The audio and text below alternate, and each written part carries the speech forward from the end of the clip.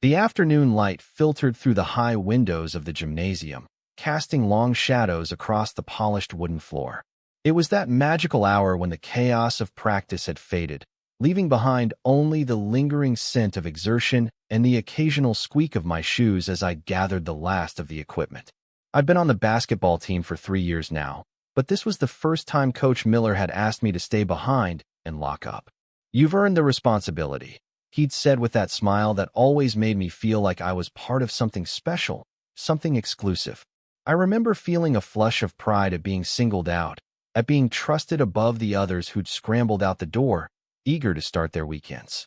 I've always been the dedicated one, the player who stayed late to perfect my form, who arrived early to set up drills, who pored over game footage until my eyes burned.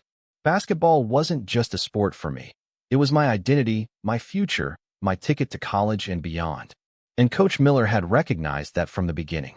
He'd taken me under his wing, offering extra training sessions, advice about recruiters, even conversations about life beyond the court. He was more than just a coach to me. He was a mentor, someone I looked up to with a mixture of respect and awe. Let me tell you about our gym after hours. It's a different world entirely. The cavernous space that normally echoes with shouts and whistles falls into a church-like silence. You can hear the building settle, the distant hum of the air conditioning, the occasional pop of cooling metal in the bleachers.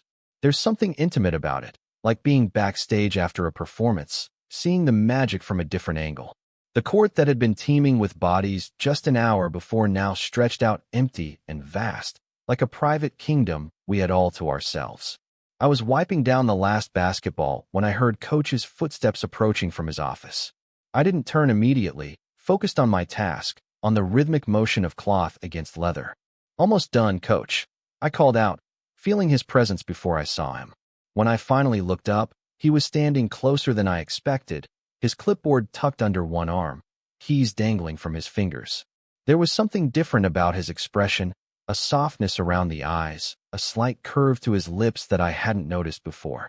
"You know," he said, his voice lower than usual, "you've really impressed me this season. Your dedication, your improvement, not many players have your kind of drive."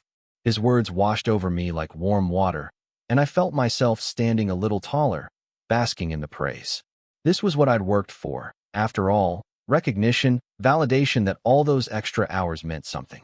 "Thanks, Coach," I replied, trying to sound casual despite the pride swelling in my chest. "I'm just trying to do my best." He nodded, taking a step closer. "That's what sets you apart.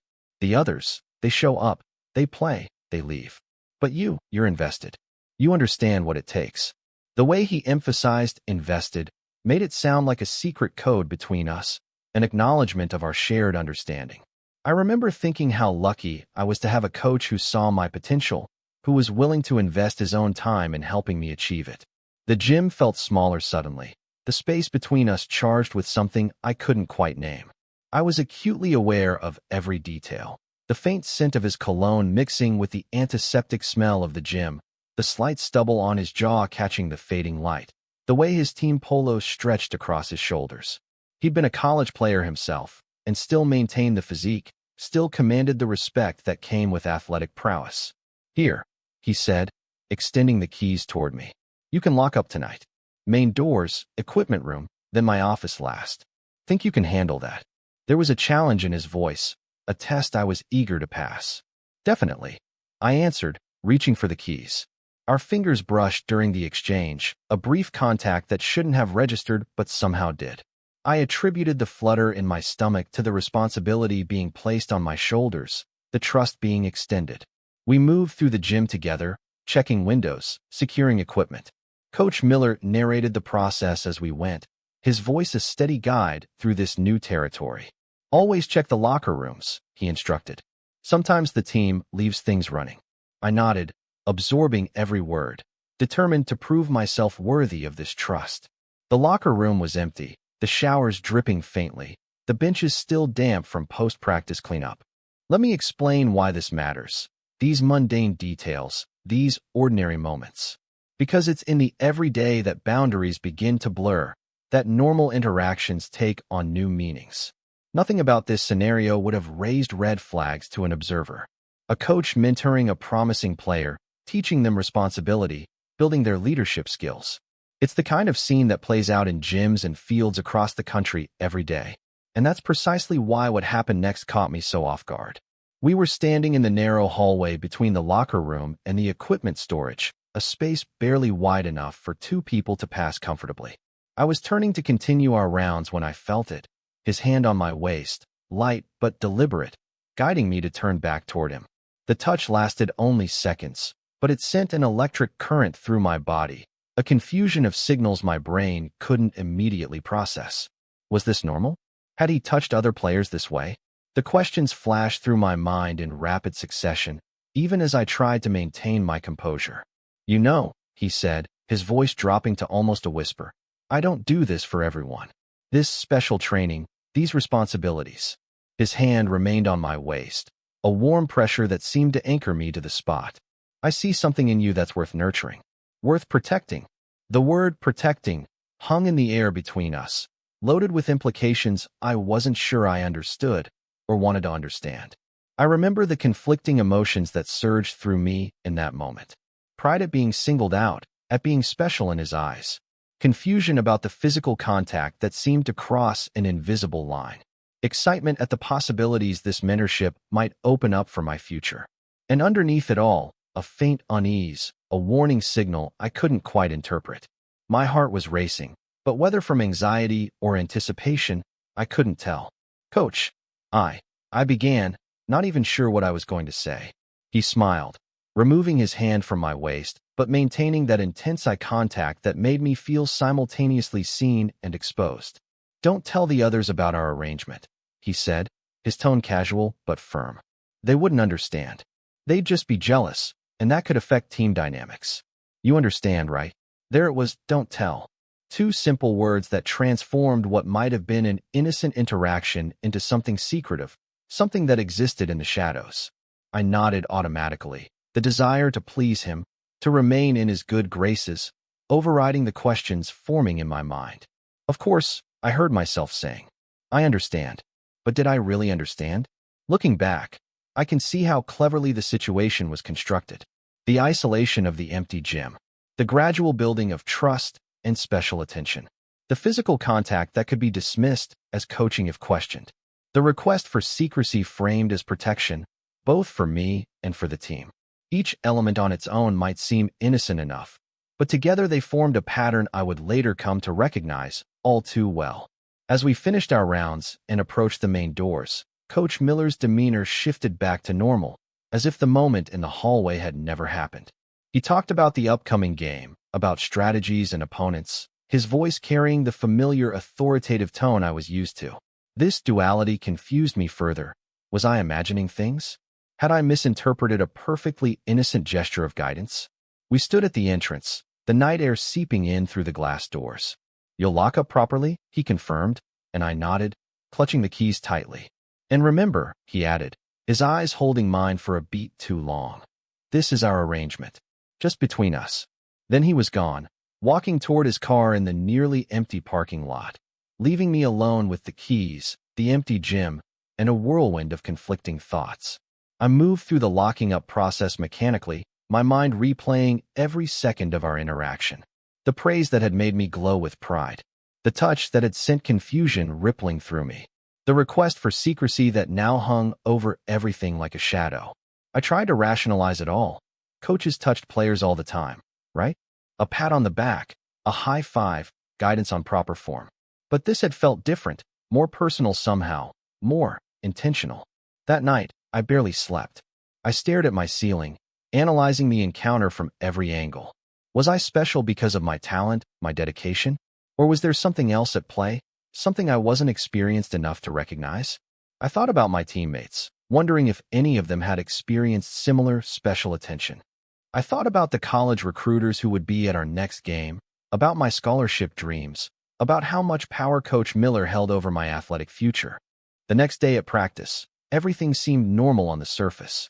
Coach ran drills with his usual intensity, barked orders with his usual authority. But I noticed things I hadn't before. The way his eyes lingered on certain players, the selective praise, the small touches that could be interpreted in multiple ways. Or was I just hyper-aware now, seeing patterns that weren't really there? He caught me after practice, his hand briefly squeezing my shoulder. "Good work today," he said, his voice for my ears only. "Don't forget to pick up the keys later." Another private moment, another secret responsibility. I nodded, that same mixture of pride and unease swirling in my stomach. This is where the complexity of such situations becomes apparent. From the outside, it might seem obvious: report inappropriate behavior, maintain clear boundaries, prioritize safety over opportunity. But from within the situation, everything is murkier. The power dynamics at play in sports, especially at the competitive level, create a perfect environment for confusion and manipulation. Coaches hold tremendous power over playing time, over team dynamics, over future prospects and recommendations. They're authority figures, mentors, sometimes even surrogate parent figures. For a young athlete with dreams and ambitions, the calculation isn't simple. Reporting concerns could mean being benched, losing opportunities, being labeled a troublemaker, or, worse, a liar. It could mean watching years of hard work and dedication evaporate. And when the behavior exists in that gray area, not explicitly inappropriate, but not entirely comfortable either, the decision becomes even harder. I found myself at this crossroads, weighing options that all seemed to lead to loss in one form or another. If I spoke up and was wrong, I'd lose my standing with coach, possibly my position on the team. If I spoke up and was right, I might be protecting myself and others, but at what cost to my athletic future? And if I stayed silent, what message would I be sending? To coach, to myself, to teammates who might be experiencing similar confusion? In the end, I confided in my parents. It wasn't an easy conversation. I stumbled over words, downplayed some aspects, emphasized others, all while watching their expressions shift from interest to concern to something approaching alarm. My father wanted to march down to the school immediately. My mother, more measured, suggested we gather more information, perhaps speak with other parents or the athletic director.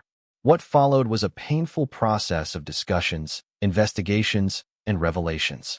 It turned out I wasn't the first to experience Coach Miller's special attention, just the first to speak up about it. Other players came forward with similar stories: private training sessions that felt off somehow, physical contact that lingered too long, requests for secrecy framed as special privilege. None of it was explicitly criminal, but together it painted a picture of boundary testing, of an adult using his position to create inappropriate intimacy with young athletes. Coach Miller was eventually asked to resign, though the official reason given was personal matters. Some teammates supported me, sharing their own uncomfortable experiences. Others were angry, blaming me for disrupting the team, for taking away a coach they respected. The division was painful, the remainder of the season a struggle of tension and resentment. I sometimes wonder what would have happened if I'd kept quiet, if I'd accepted the special attention as the price of athletic advancement. Would the boundaries have continued to be pushed? Would what started as a hand on the waist have escalated to something more explicitly inappropriate? These are questions I'll never have answers to, and perhaps that's for the best. What I do know is that speaking up, despite the cost, taught me something valuable about courage and integrity. It taught me that some prices are too high to pay, even for dreams you've held your whole life. It taught me that true mentorship doesn't require secrecy or special arrangements. That guidance shouldn't come with strings attached. The gymnasium never felt the same after that. The space that had once been my sanctuary became loaded with memories and associations I couldn't shake. But I continued to play, to work on my game, to pursue my dreams, just with clearer eyes and firmer boundaries. A new coach was hired, one who maintained professional distance while still providing guidance and support. The team eventually healed, though the experience left its mark on all of us. Years later, I still think about that evening in the empty gym, about the hand on my waist, about the words, "Don't tell." I think about the complex web of emotions it triggered: pride, confusion, fear, responsibility. I think about how easy it would have been to stay silent, to preserve what I thought I wanted most in the world at that time. And I'm grateful for the inner voice that recognized something wasn't right, that some lines shouldn't be crossed, no matter the potential reward. If you're listening to this and something in my story resonates with your own experience, know that you're not alone. Know that your instincts matter, that your discomfort is valid, that your safety and well-being are more important than any game, any scholarship, any approval from an authority figure. The path of speaking up may not be easy. It certainly wasn't for me. But the alternative, the slow erosion of boundaries and self-respect, exacts a different kind of cost, one that compounds over time. The true measure of mentorship isn't in special treatment or secret arrangements. It's in guidance that empowers rather than controls, in boundaries that protect rather than confuse, in relationships built on respect rather than exploitation. This is the lesson I carry forward, the wisdom earned through experience, the story behind that moment when the coach asked me to lock up, when the gym was empty, when his hand rested on my waist, and when he said those two words that changed everything: don't tell. Total _char_count, 13,845.